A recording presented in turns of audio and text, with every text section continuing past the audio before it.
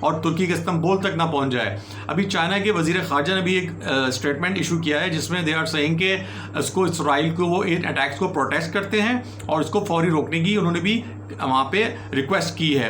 Let's see کیا ہوتا ہے. مگر حالیہ جو واقعات ہیں اس میں ہمیں یہ سمجھ آ جانا چاہیے ہے کہ یہودی کبھی بھی ہمارے دوست نہیں تھے. اور ہٹلر کا بیان تو آپ سب کو یاد ہوگا جب ہٹلر نے کہا تھا کہ میں یہ چند گنے سنے جو یہودی ہیں ان کو اس لیے چھوڑ رہا ہوں کہ آنے والی نسلیں یہ یاد کریں گی کہ ہٹلر نے کیوں ان کو مارا, کیوں ان کا سرعام قتل کیا. تو ویورز کہنے کا مقصد یہ ہے کہ اس وقت جو ظلم اور بربریت اسرائیل وہاں کر رہا ہے وہ دیکھی نہیں جا رہی. جس طرح وہاں بچے رو رہے ہیں, بے گھر ہو رہے ہیں, اور کس طرح اسرائیلیز جو ہیں وہاں انہی کے گھر میں آ کے ان کو گھروں سے بے دخل کر رہے ہیں اور وہاں قبضے کرتے چلے جا رہے ہیں اور ان کا جو ویژن ہے اس کو وہ امپلیمنٹ کر رہے ہیں. نعوذ باللہ ہمیں بیت المقدس جو کہ ہمارا قبلہ اول بھی ہے اور سب سے خاص اہمیت اس کی یہ ہے کہ ہمارے پیارے حبیب, ہمارے پیارے نبی حضرت محمد مصطفیٰ صلی اللہ علیہ وآلہ وسلم نے وہاں پہ اماموں کی, تمام نبیوں کی امامت کی تھی. اور وہیں سے اگر آپ دیکھیں تو شب معراج کا جو سفر ہے وہ شروع کیا گیا تھا. تو ہماری تمام مسلمانوں کی نظر میں بیت المقدس کی بہت زیادہ اہمیت ہے.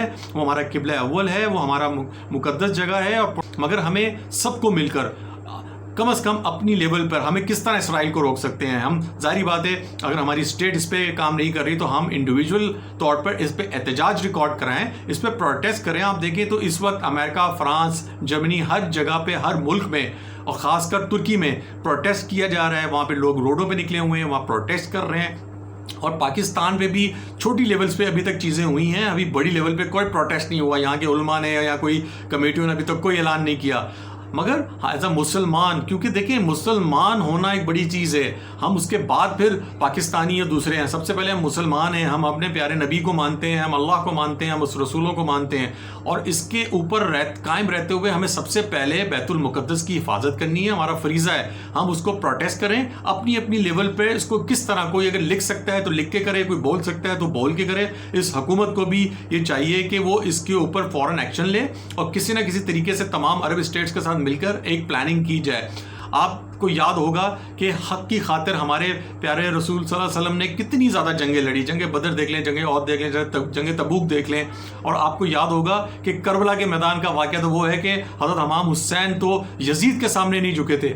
انہوں نے یہ نہیں دیکھا تھا کہ ان کی کتنی فوجیں تھیں. وہ حق کی خاطر انہوں نے اپنی گردن کٹوا دی اور شہید ہو گئے ان کے پورا خاندان. حضرت عباس علیہ السلام دیکھ لیں, جتنے بھی وہاں پہ کربلا میں شہادتیں ہوئیں اس سے بڑا واقعہ کوئی نہیں ہے. مگر وہ ہمیں ایک سبق سکھا گیا اور رہتی دنیا تک وہ واقعہ ہمیں یہ سبق سکھاتا رہے گا. کبھی بھی یزیدیت کے خلاف آپ نہیں جھکیں. یہ اسرائیل یہودی ہمیں جھکانا چاہتے ہیں. ہمیں سب مسلم اسٹیٹس کو, مسلمان کو, چاہے وہ بزنس مین ہیں, دیکھیں یہ ہماری جو اس وقت جو ہماری ڈیزگنیشنز ہیں یا جہاں جہاں ہم کام کر رہے ہیں یہ کوئی کام نہیں آئے گا. قبر میں جا کے حساب آخرت ہونا ہے, پھر آگے چل کے پتہ چلے گا جنت کس کو ملنی ہے. دنیا ہی ہماری ایک عارضی دنیا ہے, اصل دنیا تو اس کے بعد شروع ہونی ہے. تو لہٰذا ہمیں حضرت حسین سے ان سے چیزیں سیکھنی چاہیے اور ہمیں بھی اپنا سر نیچے نہیں کرنا چاہیے. ہمیں بہادری سے اس کے خلاف جنگیں لڑنی چاہیے, مقابلہ کرنا چاہیے. کم از کم اگر ہم اور کچھ نہیں کر سکتے تو اس کو پروٹیسٹ کرنا چاہیے. مجھے امید ہے کہ آپ کو میری ایک چھوٹی سی کاوش اچھی لگے گی. میں نے آپ کو کچھ نیوز شیئر کی ہیں, لیٹسٹ نیوز, جو ہو سکتا ہے آپ کو کہیں اور ذرائع سے نہ مل رہی ہوں, ٹھیک ہے نا. مگر میں آپ کو وقتاً فوقتاً اس طرح کی ویڈیوز آپ کو اس لیے بھی ہائی لائٹ کرتا رہتا ہوں اور ویڈیو پلیس کرتا رہتا ہوں تاکہ آپ کو انفارمیشن جو میری انفارمیشن ہے ہسٹوریکل تو بہت بڑی ایک انفارمیشن ہے, مگر اس سے پھر آپ کا ظاہر ٹائم بہت زیادہ لگ جاتا ہے. میرا مقصد صرف یہ ہے کہ ہم اپنی آواز بلند کریں, اپنے فلسطینی بھائی کا ساتھ دیں اور ساتھ ساتھ ان کے لیے دعا کریں, ان کی بخشش کی, اور یہ بھی دعا کریں کہ فلسطین جلد سے جلد آزاد ہو. اس کے ساتھ ساتھ کشمیر بھی آزاد ہو اور جو ظلم کیا جا رہا ہے وہ جلد سے جلد مٹ جائے اور اسرائیل اور یہودی جلد سے جلد تباہ اور برباد ہو جائیں, کیونکہ ان کا مقدر ہی تباہی اور بربادی ہے. یہ کبھی بھی ہمارے سامنے نہیں جم سکیں گے, کیونکہ مسلمان وہ قوت ہے جس کو اللہ تعالیٰ کی برکتیں حاصل ہیں, اللہ تعالیٰ کی رحمت حاصل ہے. ابھی رمضان کے مہینے میں ہم نے دعائیں کی ہیں. ہمیں انشاءاللہ کرونا بیماری سے بھی لڑیں گے, ہم ساتھ ساتھ فلسطین کی مدد بھی کریں گے. اگر ہو سکے تو آپ جہاں ویب سائٹ بہت ساری ہیں ڈونیٹ کریں فلسطین کو, اور اس کے ساتھ پروٹیسٹ کریں اور اپنی اپنی لیول پر جو ہو سکتا ہے فلسطین عوام کا ساتھ دیں, کیونکہ وہاں پر اس وقت بہت زیادہ برے حالات ہیں. میری ویڈیو کو لائک کر لیجئے گا اور سبسکرائب بھی اگر اب تک چینل نہیں کیا وہ کر لیجئے گا. کافی دنوں بعد میں ویڈیو بنا رہا ہوں اور انشاءاللہ آگے بھی پھر اس طرح آپ کی خدمت میں حاضر ہوتا رہوں گا. اپنا خیال رکھیے گا. پاکستان زندہ باد، فلسطین زندہ باد.